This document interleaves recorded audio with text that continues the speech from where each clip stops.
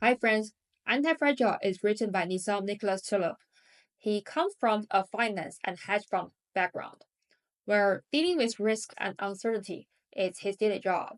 In finance profession, you're shouldering a big responsibility when you invest, especially with other people's money. Today, we're going to talk about this book, Antifragile, that basically shows us how the author sees risk and uncertainty and how to deal with it. Especially important is that how we can gain from risk and uncertainty.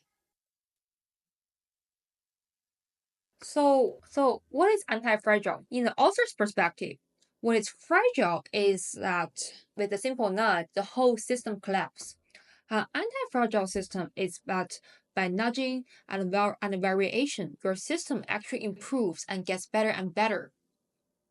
A metaphor that the author provided in the book is that you want to be the wildfire wishing for the wind rather than the candlelight that gets blown out. In other words, anti-fragile systems encourage variation, embraces randomness, and gain from randomness and uncertainty, whereas fragile systems have everything to lose when facing uncertainty and randomness. A visual way to think about this is convex and concave. So convex look like this, and concave look like this. So in a convex system, whatever movement the ball goes, it just can bounce back. And lowest point it can reach is very limited. So the downside is limited, but the upside is unlimited. But for a convex system, look like this. If a ball starts from here, a slight movement will have the ball drops to infinite loss. So in other words, a convex system is anti-fragile. Whatever movement the ball goes, it has unlimited upside but limited downside. And this is the opposite of a concave system, which is fragile. A concave system has unlimited downside but limited upside. So what do we call all this randomness and nudge and the variation in the system? The book actually calls it stressor.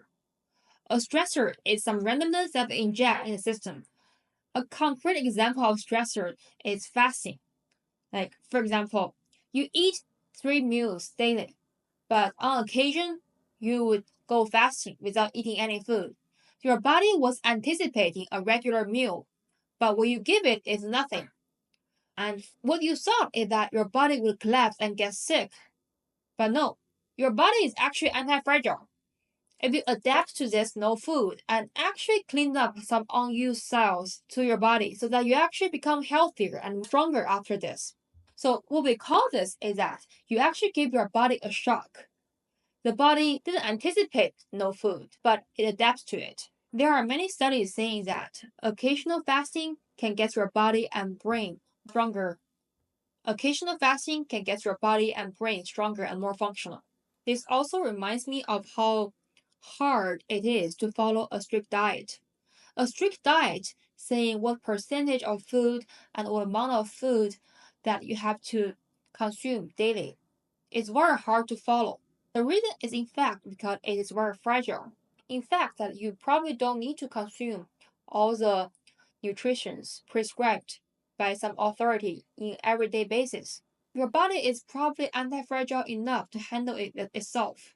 So, to summarize this part, fasting is anti-fragile, but a strict diet is fragile. Fasting is a stressor that gets you stronger as opposed to strict diet. Another stressor example is Netflix, an open source tool called Chaos Monkey. What it does is that it randomly breaks down your system to detect weakness. So Netflix system just got stronger and more anti-fragile. When they found out some loopholes that are detected by randomness and uncertainty, they fix it. Their system gets stronger. So it is another way that Netflix, the company, they want to build their infra to be more anti-fragile by injecting stressor in their infra. But apparently, we are not always anti-fragile, right? Especially when we are implementing something. Theoretically, there are some things that are anti-fragile, some things are unnaturally fragile. So we're not so sure if the system is fragile or anti-fragile. In fact, you can actually manually activate to make yourself fragile or anti-fragile by applying Seneca's barbell. Seneca's barbell has upside and downside. So basically what we want to do is that we want to limit the downside and maximize the upside. So basically it does not matter about what's true and what's false. What it matters is about the expected payoff. How much penalty you will need to pay if you fail, and how much benefits can you get if you win. Take the expected payoff, and that's whether you need to do this or not. So essentially, the expected reward is what matters. So in order to maximize the expected reward, we also want to limit the downside. So how do you limit the downside? Actually, Stoics provide a way for us. So one way is as the author said. The author said when he was working in finance, every morning he said he will go through and anticipate the worst things in his brain, and the rest of the day is just bonus. So Stoics also have some systematic way of doing that. Well, Stoics' solution is that you need to understand that anything excessive is unnecessary. Like, for example, Seneca, when he was traveling, he tried to live off a blanket. So what you can do is that you can periodically read off your belongings. What is the worst case? You not only practice this by brain, but also write down what exactly you have to lose. And then you practice by getting used to this. To practice that if you actually lose it, what would you do? How would you feel? And get used to that. A concrete example is that, first of all, as we just talked about, you can write down what exactly you have to lose and practice and mentally practice yourself and prepare yourself. And secondly, what you can do is that you can try to create some minimum struggle.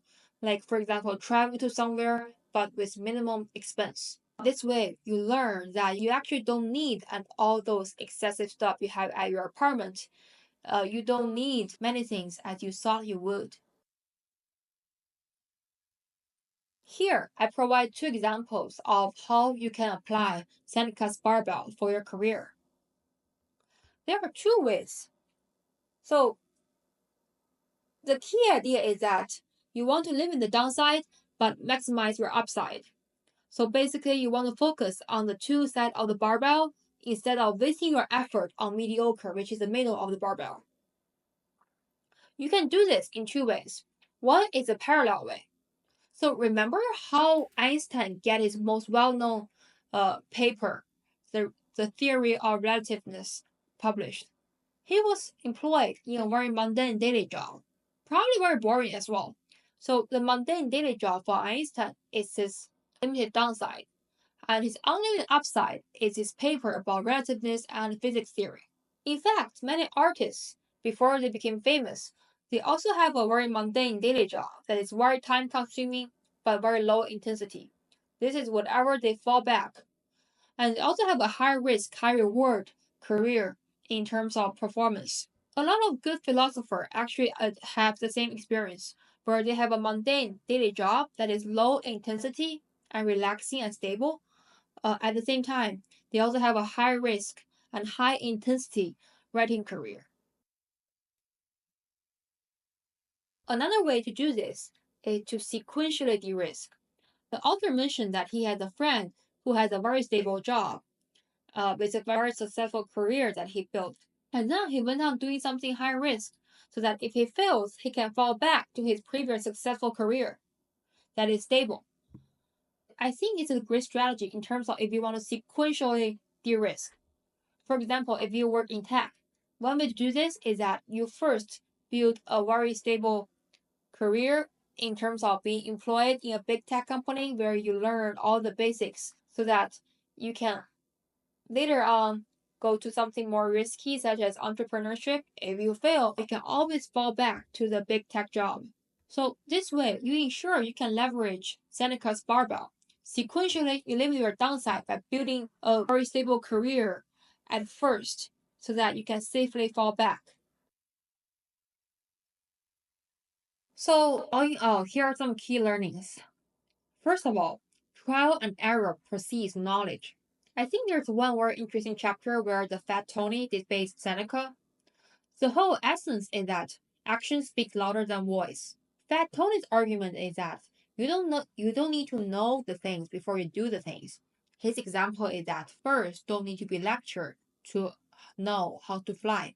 It just knows how to fly, even though it does not know the definition of fly. So the takeaway is that you don't need to know about the theory to start doing things. You don't need to know the meaning of the things, but you can do it pretty well.